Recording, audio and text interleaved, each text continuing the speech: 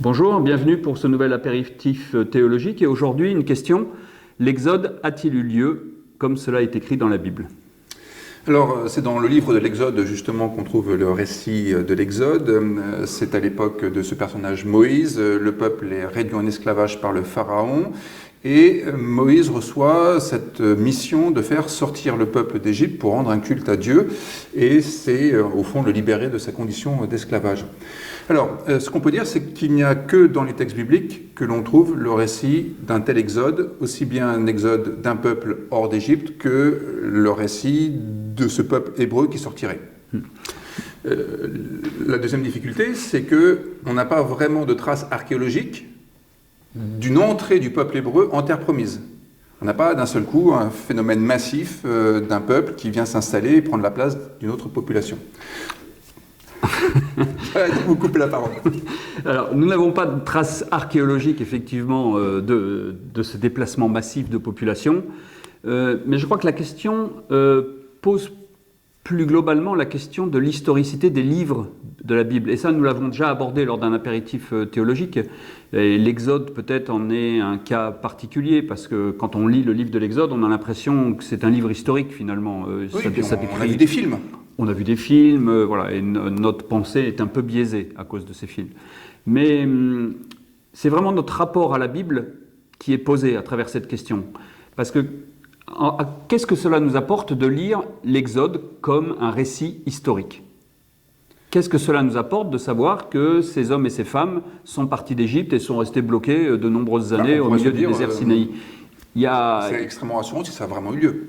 Oui, mais quelle est la visée théologique ? Et quel est l'enseignement que nous pouvons tirer de ça ? Voilà, donc vous nous dites, en fait, ce qui est quand même plus intéressant, c'est de voir ce que cela peut signifier aujourd'hui encore, plutôt que de savoir si ça a vraiment eu lieu tel que cela est écrit. Ce n'est pas le récit à la lettre qui est important. Voilà. Et même si dans 10 ans ou dans 100 ans, on découvre des traces archéologiques de la présence, de la réalité historique de cet exode, est-ce que cela changera quelque chose pour moi dans ce que ces textes m'enseignent aujourd'hui ? Non, je ne pense pas. Parce que ces textes nous enseignent que les exodes sont possibles, indépendamment de la question de l'Égypte à l'époque du Pharaon, peut-être vers moins 1400 par exemple.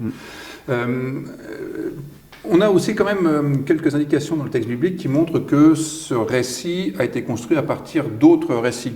Je pense par exemple à cette mer qui est fondue en deux. On dit que l'eau est retenue par une digue. Ça, manifestement, c'est une copie de ce qui se passe dans le livre de Josué quand le peuple entre en terre promise, passe le Jourdain est coupé, un peu à la manière de la mer des Joncs, si ce n'est qu'elle a été fendue, et il y a une digue. Et on comprend qu'une digue, ça fonctionne sur un cours d'eau. En revanche, une digue, ça fonctionne moins bien dans une mer. Et donc, certainement, le récit de l'Exode a été construit à partir d'autres expériences, et ça a été écrit dans une grande fresque qui dit, au fond, il n'y a pas de situation dont on soit condamné à perpétuité. On peut toujours s'en sortir. Il y a toujours de la place. On peut même se rappeler que ce qu'on appelle la mer des Joncs, Yam Soph, en hébreu, ça peut aussi se lire la mer de la fin, F-I-N. Autrement dit, il n'y a pas d'impasse de l'histoire. Et peut-être que ce texte n'est pas à comprendre comme il s'est passé quelque chose d'assez extraordinaire autrefois, mais comme dans notre vie aujourd'hui, il n'y a pas d'impasse qui résiste à ce désir d'être libre. Et théologiquement, on peut même dire que ce texte nous encourage à sortir de tout ce qui nous rend esclaves et à nous libérer nous-mêmes de tout ce qui peut nous maintenir captifs. Nous maintenir captifs, exactement. Bon, alors ne restez pas captifs de cette période théologique et reprenez une vie normale. À très bientôt. À demain.